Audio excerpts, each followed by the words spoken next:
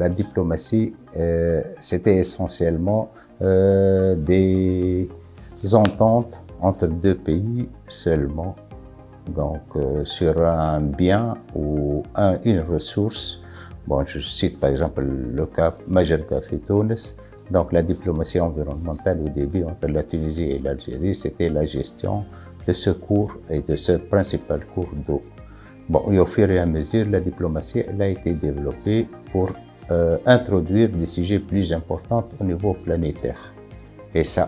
Et là, je pense, bon, ça a démarré avec des conventions. La première convention, qui est, je pense, la pionnière, c'était la convention de Ramsar sur les zones humides au niveau international.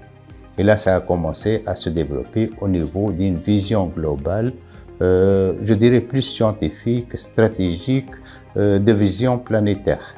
Et après, on s'est vu des différents pays que nous avons un seul et le même intérêt pour, je prends toujours le cas des zones humides, par exemple. Donc, on parle par exemple des zones humides au niveau du Maghreb, en Afrique, au niveau du bassin méditerranéen. Et là, on va parler de diplomatie environnementale. Ce sont des gens qui se mettent d'accord sur un sujet, un bien commun, une espèce commune pour la développer. Et là, au fur et à mesure, donc, on voit le développement pour des écosystèmes bien protégés, par exemple des forêts, je parle de chêne-liège, par exemple, du pin d'Alep, des zones humides. Après, ça s'est développé pour une espèce que nous protégeons tout le monde au niveau de la Méditerranée. Je cite le cas de l'anguille, par exemple. Et maintenant, ça devient un enjeu plus primordial. Donc l'environnement, c'est l'économie et le social. Actuellement, nous sommes avec 28 pays africains, avec 15 ou 13 organisations internationales, et nous sommes en train de se mettre d'accord sur des enjeux qui nous regroupent et la même vision. Bon, et je parle maintenant sur la désertification. Nous sommes 28 pays, nous confrontons la sécheresse, la désertification, les mouvements de sable, la pauvreté de cette population qui habite, et là on est obligé de faire une certaine diplomatie qu'on appelle environnementale.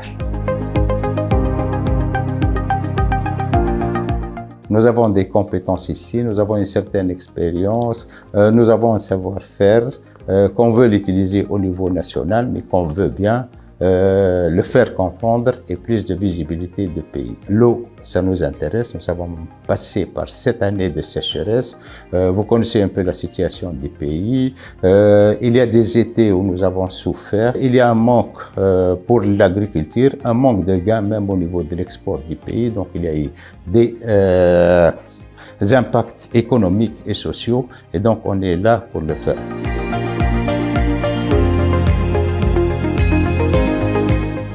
La sécheresse, on l'observe, c'est un phénomène, il est là. Personne ne croit qu'en 2025, aujourd'hui, que la Tunisie, avec ses grands barrages, avec ses infrastructures, avec ses grandes dépenses, que ces barrages-là, ils sont à 35% seulement. Ce qui est anormal. Mais auparavant, on dit, nous avons la quantité d'eau, on s'est permis d'avoir des cultures excessives et consommateurs de l'eau. Donc, c'est ce qui s'est passé. Bon, actuellement, la situation, elle est là. Il y a un changement climatique. Nous avons 2 ou 3 phénomènes qui sont très observables. Il y a la sécheresse, il y a la remontée du niveau de la mer, essentiellement, et il y a un risque où certaines régions peuvent connaître un exode vers d'autres régions où il y a plus d'eau. Et ça, c'est le risque qu'on va prendre en Tunisie. Bon, je vais peut-être me limiter sur l'élévation du niveau de la mer. Ça, je vous le dis franchement, et avec des constats au niveau du ministère de l'Environnement. Ce qui s'est passé cette année, par exemple, ce qu'on a observé sur le littoral du Gabon et au niveau de Kerkena, il y a des remontées de niveau d'eau qu'on n'a jamais observé. Et récemment, bon, il y a des petits jardins ou des arbres qui étaient plantés, qui ont vécu, je dirais, des palmiers, qui ont 40 et 50 ans et même plus. C'est la première fois qu'on voit que le niveau de mer atteint ces palmiers-là. Et ça, c'est un constat très... Bon, le risque, il est assez énorme. Nous avons fait des calculs. Bon, je ne veux pas être trop pessimiste, mais si on arrive à 0,5 d'élévation de niveau de mer, il y a une bonne partie de nos plages qu'on va perdre. Et vous savez, bon, le littoral, c'est l'importance touristique, économique, sociale, pêcheur. On ne peut pas imaginer la Tunisie sans littoral. Nous, on est en train de faire les solutions d'adaptation et résilience. Il y a des solutions d'adaptation, on est en train de travailler. Moi, je cite rien qu'au niveau de la mer, on a des solutions, on a un grand programme pour protéger les zones les plus sensibles, les plus importantes économiquement et socialement. Donc, on va les protéger, on va travailler sur ça. Nous avons notre plan de travail. Il y a la résilience pour la population. Donc, en quelque sorte, c'est une adaptation. Il y a l'économie d'eau. Il y a des possibilités de capter plus d'eau de pluie. Donc, chaque goutte de pluie qu'on pourra la capter à travers le MEJL. En même temps, on est en train de penser sur un nouveau projet qu'on appelle ceinture verte, avec des espèces très adaptées à la sécheresse, avec un manque de la sécheresse.